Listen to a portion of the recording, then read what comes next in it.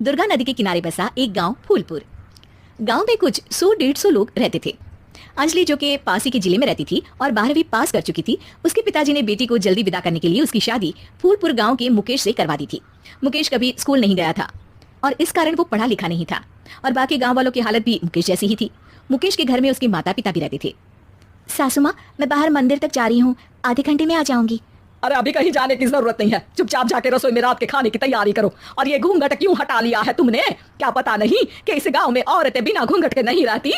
रात में अंजलि छत पर जाकर अपनी मम्मी से बात कर रही होती है। तभी गांव की 3-4 औरतें उसे देख लेती है और दरवाजे पर आकर उसकी सास से शिकायत करने लगती है।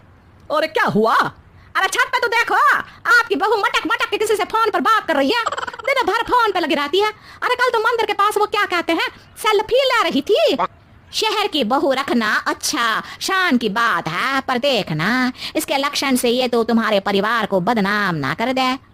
ये पहली बार नहीं था जब सास से गांव के लोगों ने अंजलि की बुराई या शिकायत नहीं की हो। अब तो ये रोज की बात थी। अंजलि ये सब सुन लेती है। जब वो नीचे जाती है तो मुकेश भी वहां जाता है। सास कहती है, बेटा, लोग घर आकर शिकायत करने लगे हैं बहू के कामों की, देख लो। पति हो, संयम से रखो इसे। माँ जी, मैं तो अपनी माँ से बात कर रही थी क्योंकि यहाँ कोई बात करने लायक ही नहीं है और अब मैं माँ के पास ही रहूंगी। वहाँ क्या रहना, वहाँ बाहर के लोग तो ठीक है पर घर के लोग भी इज्जत ना दे सके। अरे नहीं नहीं अंजलि, ऐसा नहीं है, धीरे धीरे सब ठीक हो जाएगा, तुम फिक्र ना करो। अरे बस कुछ बोलना ही नहीं है, सर पे चढ़ा रखा है बहू को। सास मुकेश की नरम बात सुन के वहाँ से मुंह चढ़ाकर चली जाती है। मैं तो कहती हूँ हम दोनों शहर चले जाते हैं, मैं पढ़ी लिखी हूँ, मुझे वहाँ नौकरी भी मिल जाएगी और थोड़े दिनों में आप भी वहाँ कुछ काम ढूंढ लेना। अरे नहीं नहीं अंजलि, हम यहाँ ना गांव का खेत, माँ पिताजी को छोड़कर शहर नहीं जा सकते। माँ पिताजी को कैसा लगेगा और गांव वाले क्या सोचेंगे?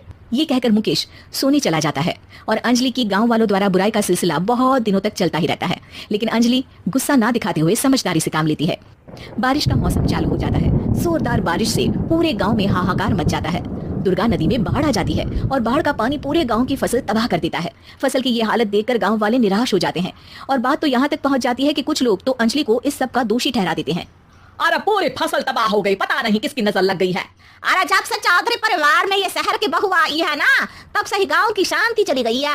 इसके कर्मकांड से माँ दुर्गा नदी भी खुश नहीं है। ये सब सुनकर बेचारी अंजलि रोते हुए अपने घर चली जाती है। कुछ दिन बाद सभी गांव वाले अपनी फसल का मुआवजा लेकर अपने अपने घर आते हैं। मुकेश भी 1500 लेकर आता है।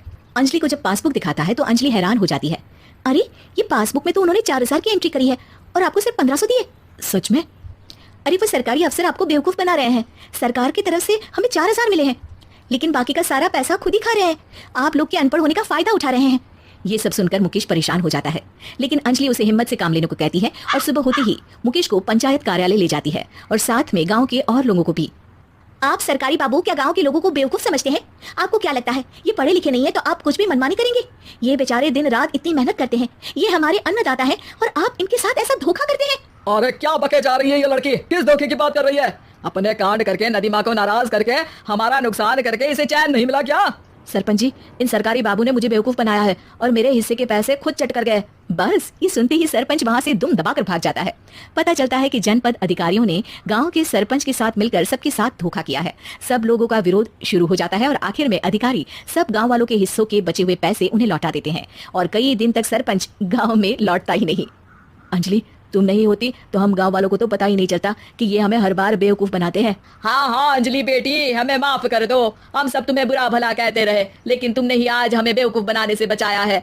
हमें तुम पर गर्व है बेटी। अब समझ आया कि सरपंच तुमसे नहीं, तुम्हारे पढ़े लिखे होने से नफरत करता था। क्यों ना इस बार हम अंजलि को ही सरपंच पद के लिए चुन ले? क्या कहते हो गाँव वालों, पढ़ी लिखी सरपंच? बस पूरा गाँव अंजलि के लिए ताली बजाता है और अंजलि की सास उसे खुशी से गले लगा लेती है।